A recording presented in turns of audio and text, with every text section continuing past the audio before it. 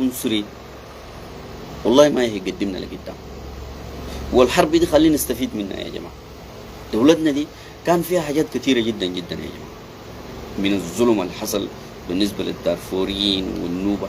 يعني في ظلم كويس من المؤسسة دي، في ظلم، ومن الحكومة السودانية كان في ظلم، لكن ده ما وقته كويس. ونحن كدارفوريين ما اتمردنا للجيش السوداني، ولسه إننا قادة متمردين ولسه هم في الغابة كويس. لكن نحن واقفين مع الجيش لأنه القضية أثبت قضية وطن واحتلال واضح. فعشان كده بليز والله يا النشطاء، ده ما وقت الخطاب الفضفاض. يعني انت مثلا دار تتكلم في زول، في ناشط، اتكلم في فكره، ما تتكلم في شخصه هو ذاته. ده ما وقته، لأنه انت تتكلم في شخصه.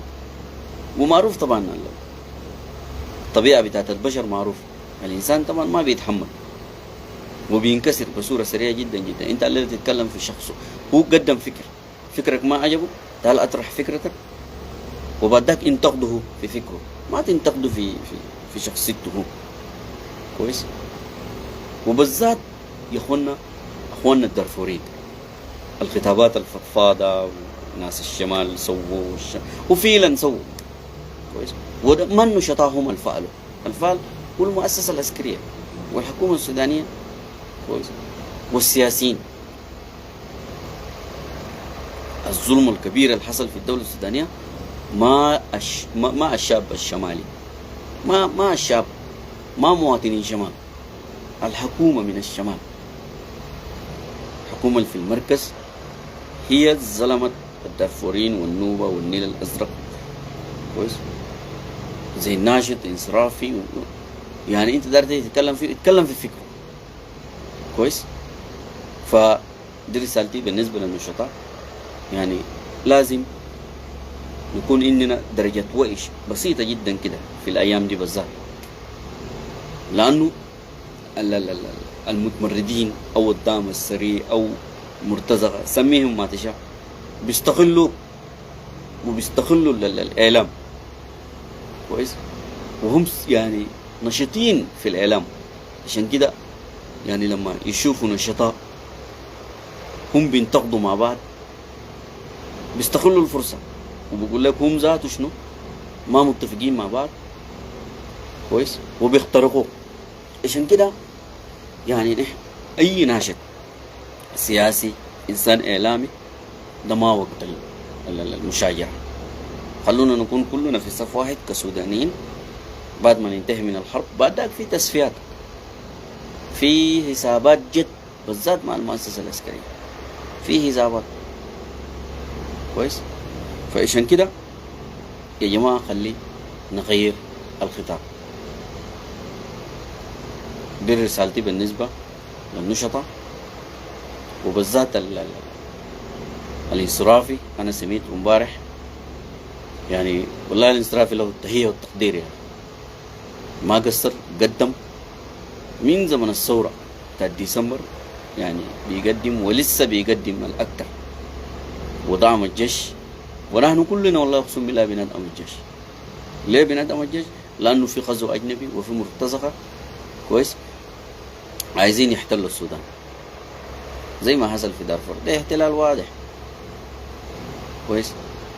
ف بعدك أنا سميت امبارح يعني الانصرافي كان بيتكلم في قضية الجنينة، وقال الجمعة الجاية ستكون جمعة الجنينة كشعار، والمواطن بتاعت الخرطوم كله يخرج ويدعم الجنينة بالإعلام. لكن الانصرافي كان في رسالته كان وجه الرسالة لمناوي بأنه هو حاكم إقليم ولازم يقوم بدوره ويمشي وينقذ الجنينة.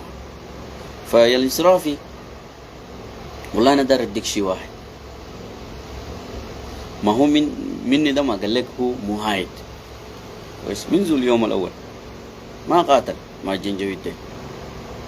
هسه يعني هنا لو دارين ندعم الجنينة الانصرافي وأي ناشط بيتكلم عن الجنينة كويس بنقدرك وبنشيلك في راسنا، لكن يعني احنا دايرين ننادي من القادة مباشرة من الجيش وليس من مناوي ما هينقذ جنينة أبدا لأنه قال محايد وما هسه انتوا شايفينه خطاباته كل يوم قال بنادي بوقف اطلاق النار وانهاء الحرب وسلمية سلمية ولا نريد حرب، يعني ده كلامه. فعشان كده أنا الانصرافي إذا أنت صحيح دار تدعمنا في الجنين ودار تدعم الشعب الدارفوري أدقت على البرهان وليس على منه كويس. دي بس رسالتي لك لو داير وأنا بشكرك لأنك قدمت والله. وأكتر ناجد من الشمال بيتكلم يعني عن الجنينة، تحية والتجلى لك، لكن من ذلك الله خليه بالجنب الانصرافي. أنا سامع قاعد يتكلم فيه كثير من ناوي فاول ومن ناوي سوا، لكن هو ما هيفعل شيء أبدا. وبعدين أنا عندي رسالة لمن ناوي برضو، لكن رسالتي لك الجمعة الجنينة الجمعة الجاية دي، وطبعا انت سميتها بجمعة الجنينة وطلبت من مواطنين بتاعت العاصمة كلهم يقوموا ويدعموا الجنينة، فهذا كلام جميل جدا. لكن زي ما قلت لك شعاراتكم تكون كويس إنقاذ الجنينة أو دعم الجنينة من الجيش السوداني وليس مني. كونك تطلعوا في جمعة الجنينة وتطالبوا من مناوي أن ينقذكم في دارفور أو ينقذ في جنينة، ما بقدر بفعل شيء لأنه لسه محايد قال ما داير الحرب. فطيب انت زول قال ما داير حرب وهو محايد يحميك كيف؟ طيب هنا يمشي كيف وقال محايد؟